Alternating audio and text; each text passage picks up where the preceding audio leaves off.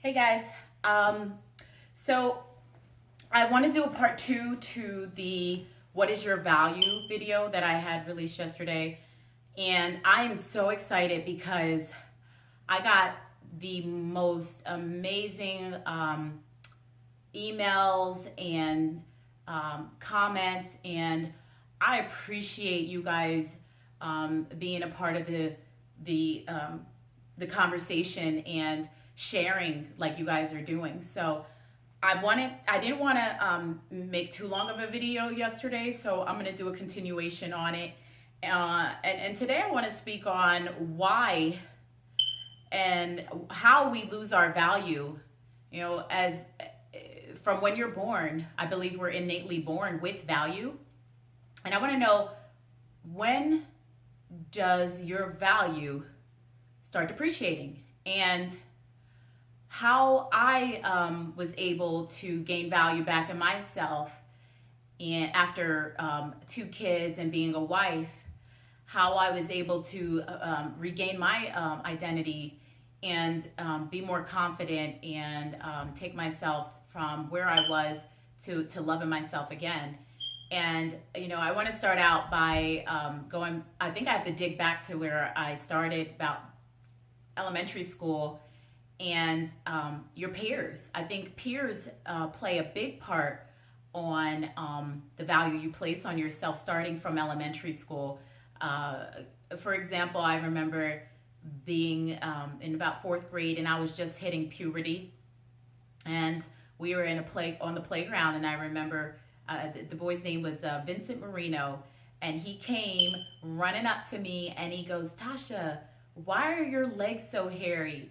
And I was like, he says, "Why don't you shave?" And I was like, "Well, I can't because my mom won't let me shave." And let me tell you, I'm a very hairy person. I've got hair like all over, and it's very noticeable.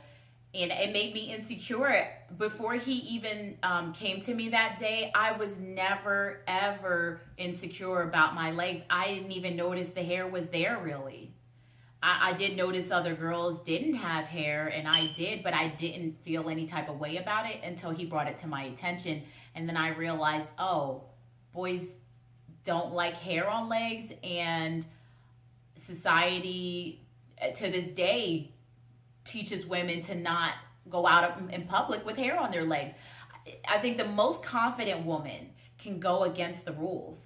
And the women that can walk out of the house with legs unshaved and armpits hairy and proud, I think that's the most confident woman. In order for me to have built up my confidence in myself, I had to walk out of the house a few days with my legs hairy, and a few times, I've done this several times, and not care.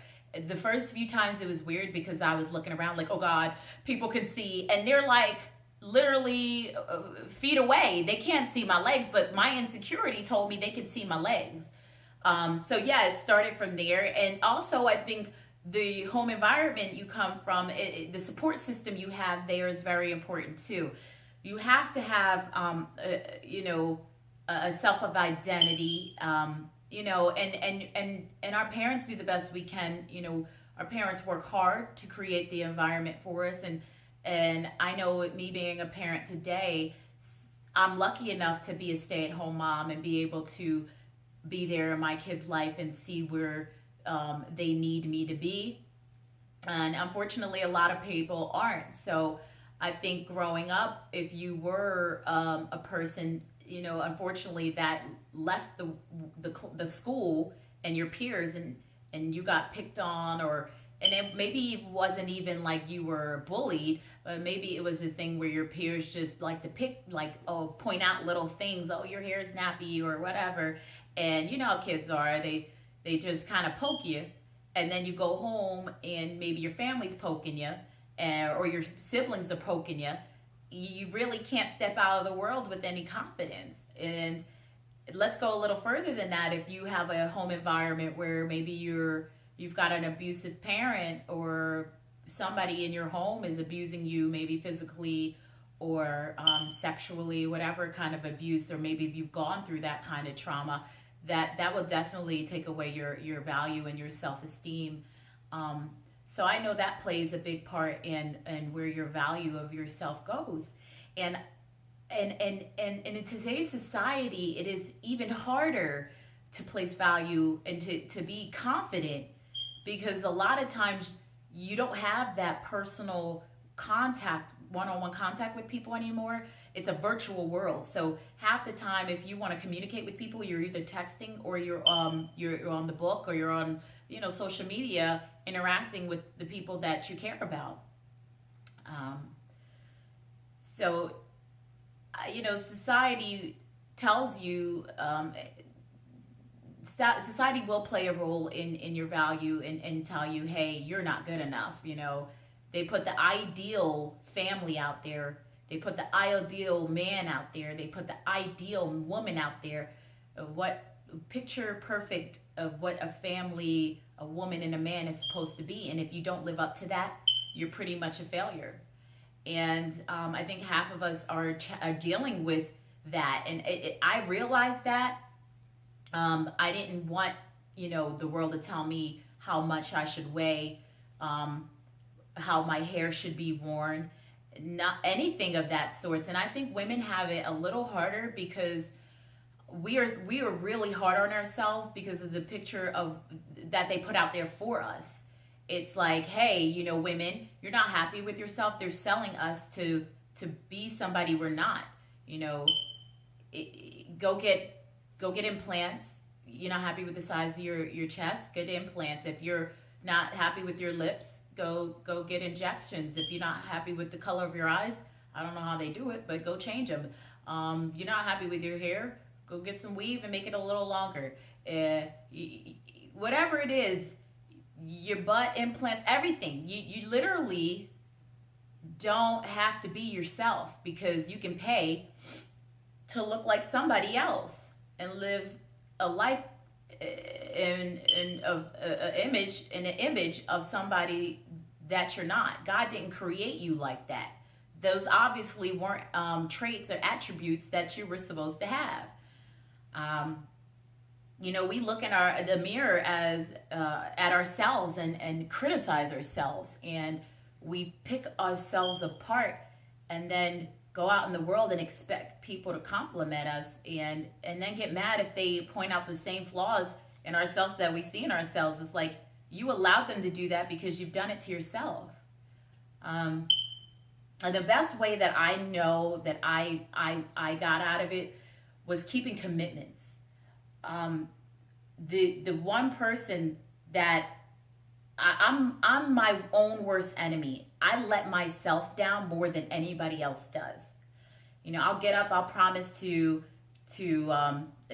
when back then, I've got a lot better with it. I'd get up and say, hey, I'm going to go running today. And I wouldn't go running. And then the next day, oh no, I'll run tomorrow.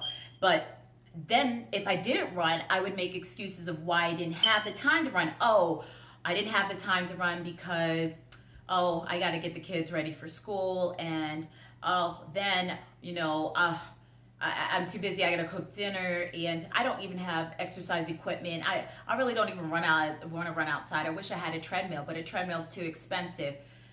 And then you talk about your diet, and you're like, oh, well, I know I wasn't feeling healthy internally. And I'm like, okay, I know I need to change my diet, and I'm going to eat healthy tomorrow.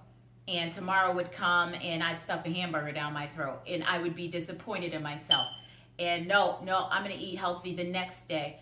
And I can't eat healthy because I'm so stressed out, and I just can't help it. And then I tried to put that pressure on my family by saying, hey, I need you guys' help, and I want them to be responsible for me. Could you guys make sure to hide those chips? Please, don't allow me to eat those chips. And when they're asleep, I'm in the closet munching on chips, hoping not to get caught. It's a vicious cycle. So it's just like, you're disappointing yourself. It's like you have two different spirits with you, where it's like one spirit is telling you, hey, commit to yourself, do what you're supposed to do what you tell us that you're going to do. The other side of you is saying, you're such a loser, you ate that hamburger, you weren't supposed to, you can't even keep a promise. And you've got these two conflicting spirits inside you, which can't exist in one body. you're going to experience self-hate if you have inner conflict. And the one way I decided to take charge was by keeping commitment. So, oh yeah, I'm gonna run today, and I'm gonna run for 30 minutes. And I got on the treadmill. Even when I didn't want to, I started running 10 minutes, walk 10 minutes, run 10 minutes. And I did that for a week. And then the next week I would bump it up. I'd add another 10 minutes. So now I'm running for 40 or however long. And eventually I did that every week, 5 days a week, and I didn't stop. And that I grew stronger, I grew more powerful. And even when people that were, not so kind to me, and they're not happy with themselves, so they put that reflection on you, I didn't let that bother me. I was more stronger mentally because I was I was feeding positive things in my mind. I don't watch a lot of TV, and I'm very crafty, so I like to thrust myself in that. But if there was times where I just didn't know what to do with myself mentally, and if you allow yourself mentally to allow your mind to go anywhere, that's not healthy. So what I did was I would start listening to positive things and reading books, not books on, Karen kissed Mike and Mike got passionate for her. No, I'm talking about I'm talking about self-help books. I'm talking about talks that I know are going to help me. I know I care about myself, and the people in my home, I want to better myself for them. So I would ask my husband, if I will allow him to tell me things I need to work on. At times it might not be easy to hear, but I hear him and I know, okay, my husband says this, let me go and work on this. Or, I know I'm having a difficult time here with this part of me. Let me go ahead and study that to become a better person for my kids and my family, because your kids are watching. And it's not do as I say. They're watching you.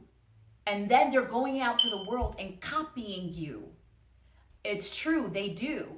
And so it's up to you to create that positive person, that well-rounded individual for your kids to go out and show the world, right? So keep your promises to yourself. You're the only person that's going to do it. And once you do that, other people will start doing it to you because they'll see it in you. They'll see it in you. The growth is amazing. And when you start the process, every time, if you take the work that a person, God put everybody here to do the work, to figure out themselves. And if you're going to go take the cheat road and focus on your outer and cheat on the outer. I mean, outer is important, but you need to work to do that in order for your inner to be able to say, I love myself because I can trust myself. And then you need to start working on your inner. Your inner is important. Once you strengthen your inner, then I feel like nothing can stop you. You're unstoppable. And so I guess my message today is to keep your promises to yourself and do that for 3 months. Give yourself 3 months to not back off your promise. And if you do say you're going to work out or you're going to eat healthy and you don't feel bad about it. There's days where I might have got up and I would have been like, okay, no, I got a meeting this morning, so I'm not going to be able to work out early in the morning, and maybe the day went by. But I didn't tell myself the night before I was going to work out. I don't do that. I don't say, oh, I'm going to work out tomorrow. I just do, or I don't. But I know I'm not going to go 2 weeks without getting on that treadmill. I run an hour a day. I run an hour a day. And it takes a lot of mental health, a lot of mental discipline to continue to do that. And I might go 3 days without doing it, but I make sure I get back on track and I don't beat myself up. I just wanted to share that with you guys. I hope you guys got something out of this video. And again, I appreciate all the support. And I appreciate you guys being an open door and letting me know how helpful these videos have been. And again, if you can share, um, like, and subscribe to the channel, that would be so appreciated. Let's start the community. Let's get people together because we all are feeling the same way. Don't be afraid. We will not judge. We're here to help each other. So I want you guys to enjoy the rest of your day, and I love you all. You guys take care.